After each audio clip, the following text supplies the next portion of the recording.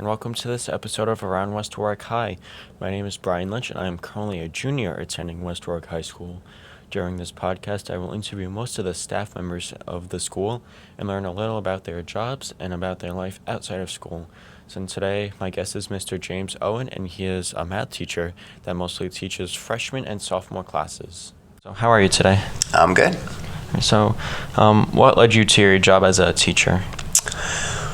Well, I've always liked, working with kids. Always enjoyed the education process, and I was in college in the engineering program at URI, and I remember being out to eat with my dad, and we were having a conversation about whether or not I was really enjoying it or not. And he encouraged me to consider becoming a teacher because not only did he think I would enjoy it and be good at it, but he knew that I would get to be a community and family man, and that's who my parents always were, and he always wanted me to be. So what's something you wish you had known when you started out your adult life? Well, when you get out of college, or maybe even when you're in college, you have a lot of free time that you don't realize you have. Now that I have kids, I spend so much time with them and doing things that they like to do that, you don't get to travel the world. You don't get to meet a lot of new people. And, when you're 22, 23 years old, there's no better time than to get out there and travel and try to learn new things and experience new cultures and see new places. If I had known how valuable that time was, I probably would have made better use of it. Are there any resources that helped you along your way to where you are right now? Well, certainly my family has been an incredible resource, my parents especially. And not in terms of money. We've never had much money, but just the time we've spent together and the support they've always given me and encouraging me to go to college and get a good education and just try to explore. And I would say that they've been my greatest resource. So last year, the freshman social committee advisor left the school, and you took over that position. So what's your most favorite thing about that? Well, I work with freshmen. I teach 4 freshman classes on the white team. So, trying to be a bigger part of their lives is something I've always tried to do, whether it's even just doing the chess club after school or the after-school help that I give. I just wanted to become more involved. So, becoming the freshman class advisor has allowed me to do that, not just in the classroom, but go to these social events, plan social events, help these students take on leadership roles and make improvements to their class. So at the school we have a library, so do you like to read? I do. Ever since I was very little, we always were encouraged to read at home, so I've always liked to read, and I'm currently at Providence College taking classes, so a lot of the reading I do now is centered around whichever class I'm taking at the time. But when I have free time, I like to listen to books in my car on Audible. I used to love to read when I had more time. So, you said you have some kids, so how old are they? Well, Chase is 4. He just turned 4, and Anna will turn 2 in April.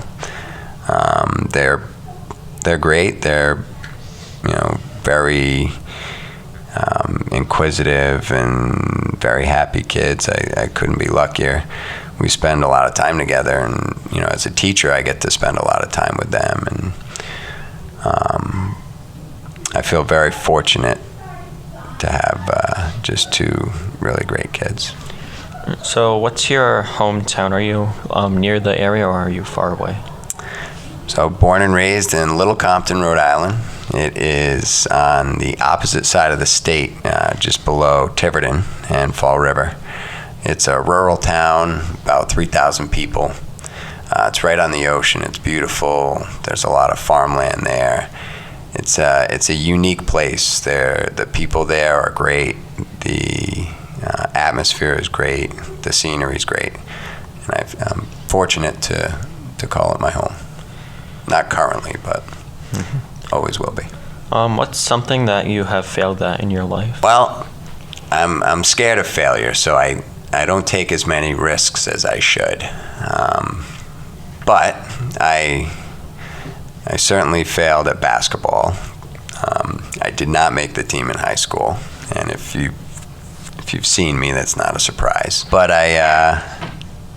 I think that successful people take risks, and I'm being scared of failing. I don't take enough of them, so I would suggest people not be scared of failing and take more risks than I do, because that's how you become better and stronger. So have you ever thought of a business or an invention you could start? I don't think so.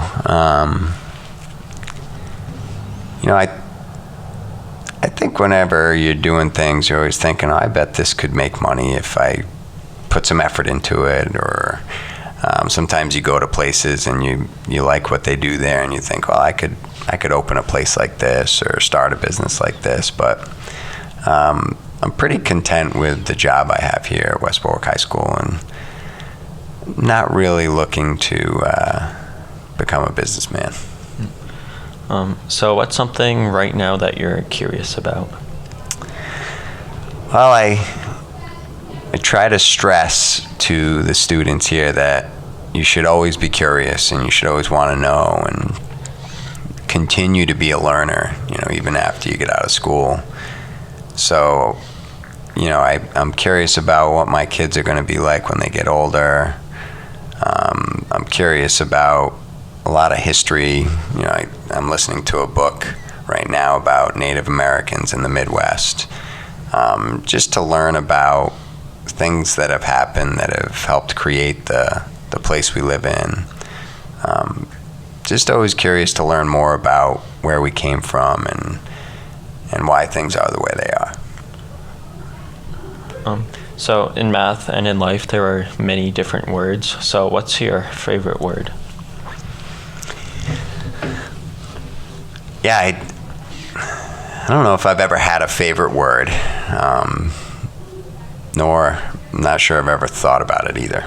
But we could think about the word precise as being an interesting word, because it means to be exact, and I think it's important not to always try to be exact, because in math we try to make approximations or guesses, estimations, to help us make predictions and look into the future, and sometimes it's good to be precise, and sometimes it's good not to.